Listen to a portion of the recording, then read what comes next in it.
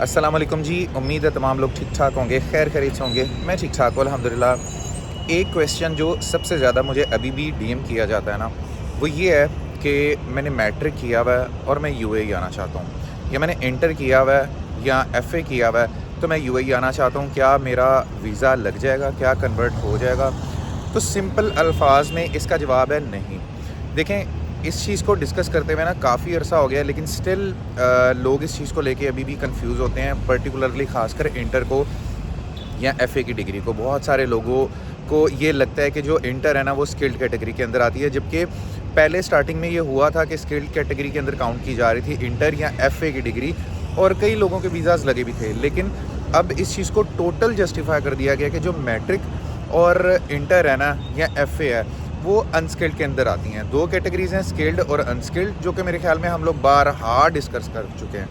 But अगर आपके पास bachelors या मास्टर की डिग्री है या उससे अबव कोई डिग्री है तो आप लोग यूएई आएँ, हज़ार मरतबा आएँ, यहाँ पर आकर जॉब ढूंढें, आपको बाआसानी जॉब मिलेगी, क्योंकि आपका वीज़ा कन्वर्ट होगा। आपको कोई भी कंपनी हायर होने में परेशानी नहीं होगी। उस कंपनी को उसको पता होगा कि आपके पास मेक श्योर करना है कि वो भी अटेस्टेड हो। अगर आपके पास जो सर्टिफिकेट्स हैं, डॉक्यूमेंट्स हैं, अगर वो अटेस्टेड नहीं है तो फिर भी प्रॉब्लम होगी।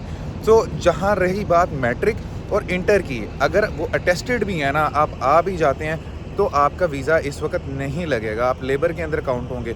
बहुत रेयर केसेस में होता है कि जो बड़ी कंपनीज़ होती हैं, जो वैल्यूएबल कंपनीज़ होती हैं, वो जब आपको हायर करती हैं तो वो अपने सोर्सेज लड़ा के आपका कोई ना कोई वीज़ा लगा लेती हैं। लेकिन एज़ फार एज़ अगर आप वाइट कॉलर जॉब ढूंढ रहे हैं, जैसे कोई ग्राफिक डिज़ाइनर है, एनिमेटर्स है, अच्छी पोस्ट के लिए कोई भी बंदा है, उसके पास स्किल भी है, लेकिन उसके पास मैट्रिक और इंटर का सर्टिफिकेट है ना, तो आपकी जॉब नहीं लगेगी। अगर लग भी जाएगी 1 मंथ या 2 मंथ आपको रगड़ा वो लगा भी देंगे ना अपनी कंपनी में, तो उसके बाद जब वीज़ा कन्वर्जन की बात आएगी ना, जब वीज़ा कन्वर्ट किया जाएगा तो आपका वीज़ा नहीं कन्वर्ट होगा। कोई भी कंपनी आपका वीज़ा कन्वर्ट नहीं कर पाएगी। ये एक बहुत बड़ी प्रॉब्लम है जो कि लोगों को अभी तक, बहुत सारे लोग जो शायद न्यू वीडियोस देखते हैं, जिन्होंने पहले नहीं देखा, उन लोगों के लिए पर्टिकुलरली ये मैसेज है कि मैट्रिक, एफ़ए, इंटर, इसके ऊपर वीज़ा कन्वर्ट नहीं हो रहा अभी तक। कब तक होगा इसकी भी कोई पर्टिकुलर डेट नहीं है। ये भी बहुत ज़्यादातर लोग पूछते हैं कि जी जो लेबर वीज़ा हैं या अनस्किल्ड कैटेगरी के वीज़ाज़ हैं वो कब खुलेंगे। बहुत सारे लोग टिकटॉक के ऊपर, यूट्यूब के ऊपर इस तरह की वीडियोस भी बनाते हैं कि जी हम लोगों से वीज़ा बाय कर लें, वीज़ा कन्वर्ट हो रहे हैं, इस डेट को वीज़ास कन्वर्ट होना शुरू हो जाएंगे। ऐसा कोई सिनेरियो नहीं होगा। यूएई गवर्नमेंट कोई पर्टिकुलर डेट नहीं देती कि जो अनस्किल्ड कैटेगरी है उनके वीज़ास किस वक्त ओपन होंगे।